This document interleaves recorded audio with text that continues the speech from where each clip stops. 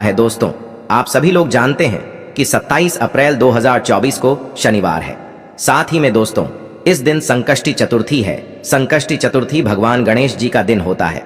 साथ ही में दोस्तों, संकष्टी चतुर्थी के साथ साथ में इसे संकटा चौथ के नाम से भी जाना जाता है। और इस बार तो यह चतुर्थी शनिवार के दिन पड़ रही है, तो इसे शनिवार चतुर्थी के नाम से भी जाना जाता है।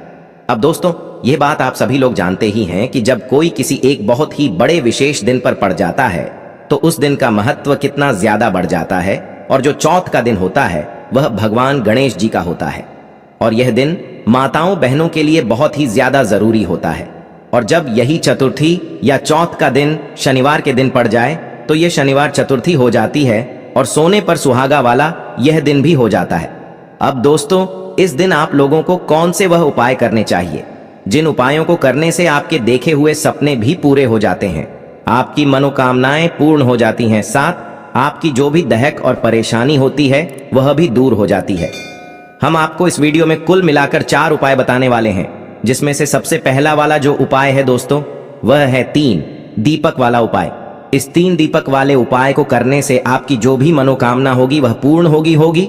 दूसरे नंबर का जो उपाय होगा वह होगा 5 कनेर के फूल वाला उपाय। इसके बाद में दोस्तों, जो तीसरे नंबर का उपाय होगा वो होगा हमारा 9 शमी पत्र वाला उपाय। 4 नंबर उपाय है बेलपत्र। 4 ही उपाय बहुत ही ज्यादा विशेष और महत्वपूर्ण है, बहुत ही बड़े उपाय हैं। अब उसके बाद में दोस्तों, ये वाला जो उपाय है ये किसको करना है? तो देखो, घर का जो बड़ा और मुख्य सदस्य होगा उसी व्यक्ति को ये वाला उपाय करना है। अब वह बड़ा व्यक्ति मुख्य रूप से घर की माताएं बहनें होंगी तो ज्यादा बेहतर होगा। मतलब कि घर की जो बड़ी माताएं बहनें होंगी, अगर वह यह वाला उपाय करेंगी तो ज्यादा अच्छा होगा, क्योंकि घर की जो माताएं बहनें होती हैं वह घर की लक्ष्मी होती। और जब घर की लक्ष्मी कोई उपाय को करती है तो उसका फल हमें बहुत जल्दी और बहुत बड़ा होकर मिलता है। तो इसीलिए आप लोगों को विशेष रूप से घर की बड़ी माताओं बहनों को ही यह वाला उपाय करना चाहिए। अगर किसी कारणवश घर में बड़ी माताएं बहनें उपस्थित ना हो, ठीक है, तो उस जगह पर फिर घर का कोई बड़ा व्यक्ति भी इस वाले उपाय को कर सकता है। कोई दिक्कत वाली बात नहीं है। पर इस उपाय को घर के सभी सदस्य को करने की जरूरत नहीं है। घर में से कोई एक सदस्य ही अगर इस उपाय को करेगा तो उसके पूरे घर परिवार को इस उपाय को करने का फल मिल जाएगा। और जितने प्रकार की समस्याएं आपके जीवन में चल रही होंगी वह धीरे धीरे करके दूर होना शुरू हो जाएंगी। तो ध्यान रखिएगा, घर में से कोई एक ही बड़ा और मुख्य सदस्य ही इस वाले उपाय को करें। विशेष रूप से घर की माताओं बहनों में से कोई एक माता बहन इस वाले उपाय को करें।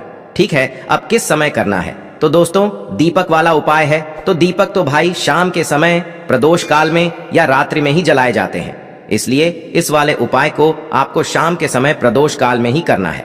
तो लगभग इस दिन संकष्टी चतुर्थी के दिन शाम के समय 6 से 7 बजे के बीच में, अगर थोड़ा लेट हो जाए तो 8 बजे तक भी आप लोग ये वाला उपाय कर सकते हो। इन तीनों दीपकों को आप लोगों को अपने घर से लेकर निकलना है। अब दोस्तों, हमने बनाया है तो 3 अलग अलग जगहों पर यह दीपक रखाएंगे। अब वह 3 अलग अलग जगह कौन सी हैं वो आप लोग ध्यान से सुनिए। देखिए, सबसे पहला वाला जो दीपक है वो आप लोग लेकर जाओगे किसी भी बड़े वाले बेलपत्र के पेड़ के नीचे, और बेलपत्र के पेड़ के नीचे पहुंचकर अपना पहला दीपक अपनी माचिस लेकर भी जाओगे। अपनी माचिस से अपना पहला दीपक जलाओगे और बेलपत्र के पेड़ के नीचे रख दोगे। भगवान से प्रार्थना कर लेना, उनको धोख देना, अपने घर में माता लक्ष्मी जी की कृपा के लिए आशीर्वाद प्राप्त कर लेना। तो पहला बेलपत्र के पेड़ के नीचे लगाने के बाद दूसरा दीपक आप लोग लेकर जाओगे किसी भी आंवले के पेड़ के नीचे, और आंवले के पेड़ के नीचे जाकर अपने तीसरा नंबर का दीपक जला देना है। और वहां पर भी भगवान से प्रार्थना कर लेना, वहां पर धोख दे लेना है। उसके बाद में दोस्तों, तीसरे नंबर का जो दीपक होगा ये आप लोगों को लेकर जाना है किसी भी बड़े वाले पीपल के पेड़ के नीचे, और पीपल का पेड़ भी बड़ा होना चाहिए। तो पीपल के पेड़ के नीचे जाकर अपना दूसरा दीपक जलाकर उस पीपल के पेड़ के नीचे रख देना। आपको सिर्फ घर से दीपक बनाकर लाना है और जलाना है इन वृक्षों के नीचे आकर ही है। इसके बाद में दोस्तों, आपका यह वाला उपाय पूर्ण हो जाता है। इस उपाय को करने से दोस्तों आपके घर में माता लक्ष्मी जी की कृपा होगी, शुभ शांति बनी रहेगी। साथ ही में दोस्तों, जो भी आपके घर में दुख और परेशानियां होंगी वह भी दूर हो जाएंगी। अब दोस्तों, हम लोग बात करते हैं सीधा दूसरे वाले उपाय के बारे में, जो कि आपको इस संकष्टी चतुर्थी या संकटा चौथ के दिन जरूर करना चाहिए। माताओं बहनों के लिए विशेष रूप से है। तो इस वाले उपाय में हमें क्या करना है दोस्तों? यह है 9 शमी पत्र वाला उपाय। अब इस 9 शमी पत्र वाले उपाय में भी हमें साफ साफ यह बात समझ आती है कि इस उपाय में हमें 9 शमी पत्र लेने होंगे। 9 शमी पत्र लेने के लिए भी आपको शमी के पेड़ से शमी की पत्ती तोड़कर लानी पड़ेगी। कुल मिलाकर आपको 9 पत्ती लेकर आनी है शमी की। उसके बाद में दोस्तों आप लोगों को न शमी पत्र लाकर क्या करना है, शाम के समय प्रदोष काल में ये वाला उपाय करना है। अगर कोई शाम के समय ना कर पाए तो भाई वह सुबह के समय भी कर सकता है। उपाय माताओं बहनों के लिए इसीलिए जरूरी है क्योंकि इस उपाय को करने से उनके घर में जो उनके बच्चे होते हैं उनके ऊपर से सारी दहक और परेशानियां दूर होती हैं।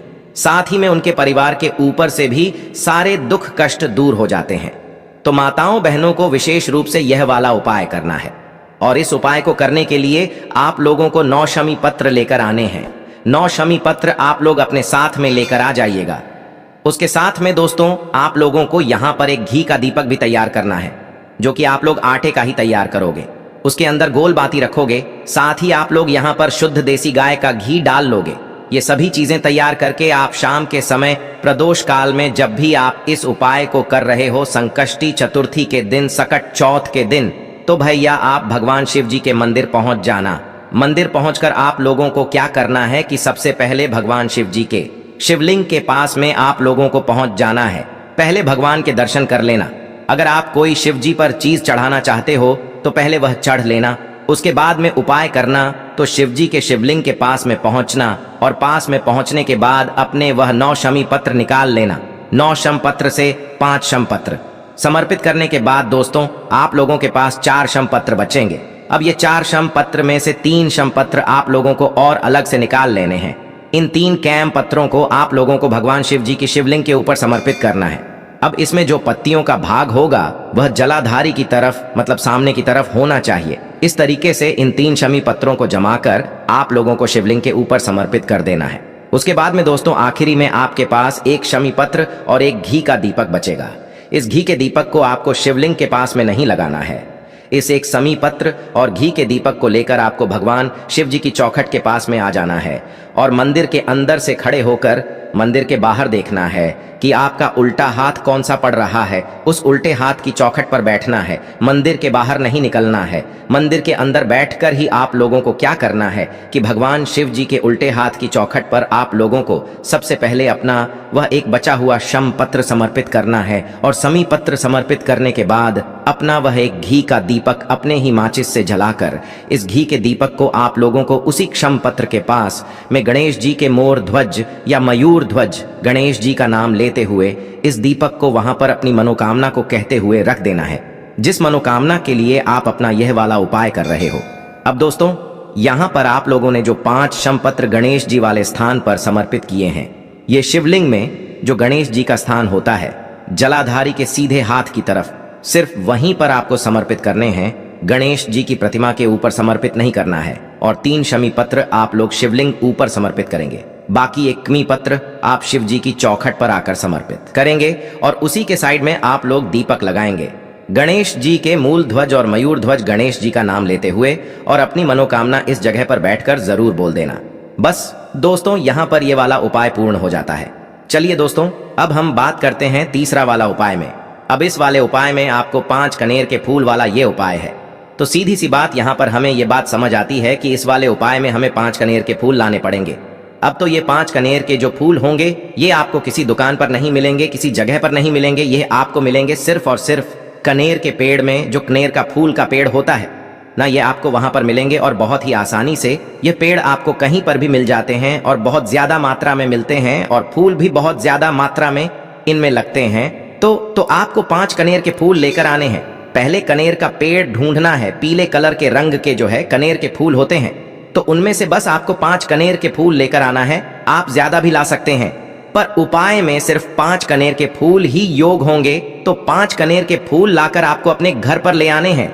और संकष्टी चतुर्थी के दिन आप लोगों को क्या करना है, सुबह सुबह प्रातः काल सुबह सुबह आप लोगों को यह वाला उपाय करना है। आप जब अपने घर से भगवान शिव जी की पूजन अर्चना के लिए निकले तो अपने साथ में मात्र यह 5 कनेर के फूल लेकर जरूर जाएं। इसके साथ में जो भी आपकी पूजन सामग्री हो भगवान शिव जी के लिए, जैसे 1 लोटा जल या बेलपत्र फूल वगैरह जो भी लेकर जाना चाहे वह लेकर जा सकते हैं।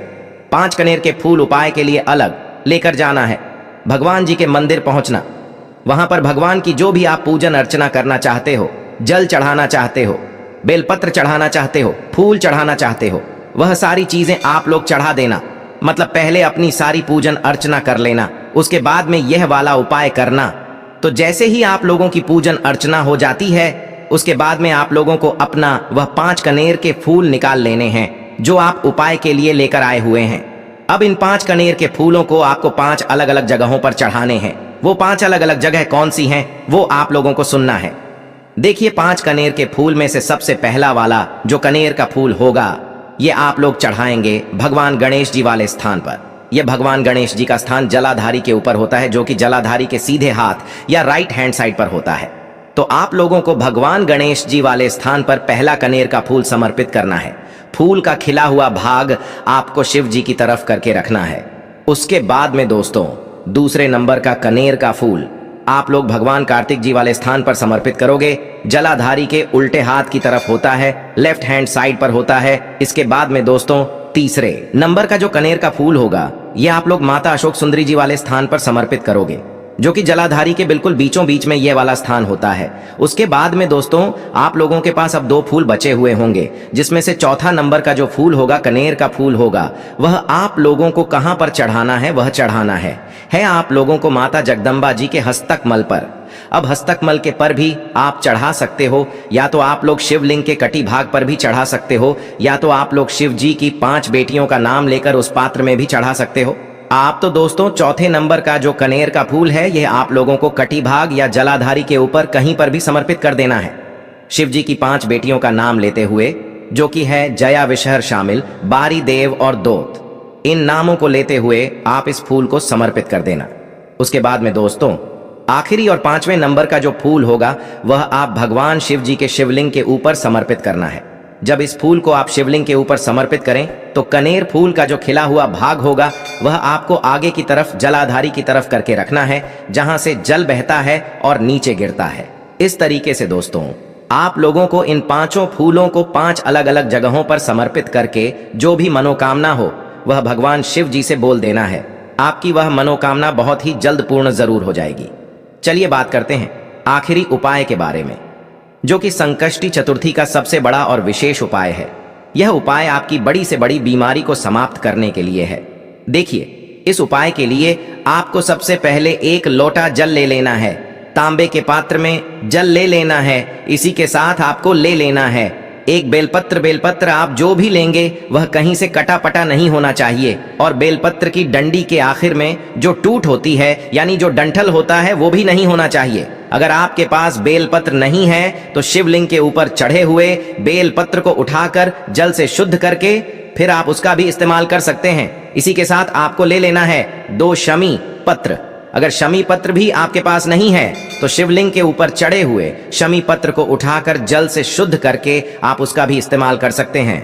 देखिए, बीमारी को दूर करने के लिए, बड़ी से बड़ी बीमारी को, सालों पुरानी बीमारी को दूर करने के लिए पूज्य गुरुजी ने कहा कि इससे सर्वश्रेष्ठ उपाय कोई भी नहीं हो सकता है। इसलिए आप इस उपाय को बहुत ही ध्यान से समझिए। इसी के साथ फिर सबसे आखिर में आपको ले लेना है थोड़ा सा लाल चंदन का पाउडर। अगर आपके पास है तो आप ले लीजिए और थोड़ा सा जल मिलाकर उसको पेस्ट बना लीजिए। अब ये सारी सामग्री लेकर आपको शिवालय पहुंच जाना है। यह उपाय आप सुबह करना चाहे तो सुबह कर लें और शाम को करना चाहे तो शाम को कर लें। पूरे दिन में किसी भी समय आप इस उपाय को कर सकते हैं। देखिए, शिवालय पहुंचने के बाद सबसे पहले आप जो ये बेल पत्र लेकर आए हैं, उस बेल पत्र की 3 पत्तियां होंगी। तीनों पत्तियों में ऊपर वाली पत्ती आप छोड़ दीजिए और नीचे की जो 2 पत्तियां होती हैं उनमें चिकनी साइड आपको ये शमी पत्र रखनी है। एक शमी पत्र एक पत्ती के ऊपर रख दीजिए और दूसरा शमी पत्र दूसरी पत्ती के ऊपर रख दीजिए, और फिर इन्हीं के ऊपर एक एक बिंदी लाल चंदन की आपको रख देनी है। आपने बेल पत्र की नीचे वाली पत्ती में 2 शमी पत्र रखे हैं और उसके ऊपर एक एक बिंदी लगा दी। अब इस शमी पत्र को आप अपने हाथ में रखिए और गतिमान भगवान से प्रार्थना करिए। किनसे आपको प्रार्थना करनी है? गतिमान भगवान से। गतिमान भगवान श्री हनुमान जी के छोटे भाई हैं और उनसे आपको प्रार्थना करनी है कि मेरे शरीर में या फिर मेरे घर के सदस्य के शरीर में जो बीमारी हो गई है उसको ठीक करने की कृपा करें। आप गतिमान भगवान से ऐसी प्रार्थना करते हुए यह पूरा बेलपत्र शिवलिंग के ऊपर समर्पित कर दीजिए। ध्यान रखिएगा जिस तरफ आपने शमी पत्र रखे हैं और जिस तरफ आपने चंदन लगाया है वो हिस्सा शिवलिंग में टच करेगा। इसके बाद आप जो एक लोटा जल लेकर आए हैं उसको धीरे धीरे शिवलिंग के ऊपर समर्पित करते जाइए तथा लगातार श्री शिवाय नमस्तुभ्यम मंत्र का स्मरण करते जाइए। इसके बाद आप भगवान गतिमान से प्रार्थना करते हुए फिर वापस अपने घर आ जाइए। गुरुजी ने कहा कि जो भी व्यक्ति इस उपाय को सिर्फ एक बार कर लेता है तो भगवान गतिमान की कृपा से उसकी बड़ी से बड़ी बीमारी बहुत ही जल्द समाप्त हो जाती है और उसको भी स्वस्थ शरीर की प्राप्ति होती है। हमने आपको इस संकष्टी चतुर्थी या संकटा चौथ के दिन किए जाने वाले वो विशेष उपाय बता दिए हैं। तो देखिए, बहुत अच्छे से उपाय आपको समझाने का प्रयास किया है, जरूर करके देखिएगा। पूज्य गुरुजी ने जैसा अपनी कथा में बताया बिल्कुल वैसा आसान भाषा में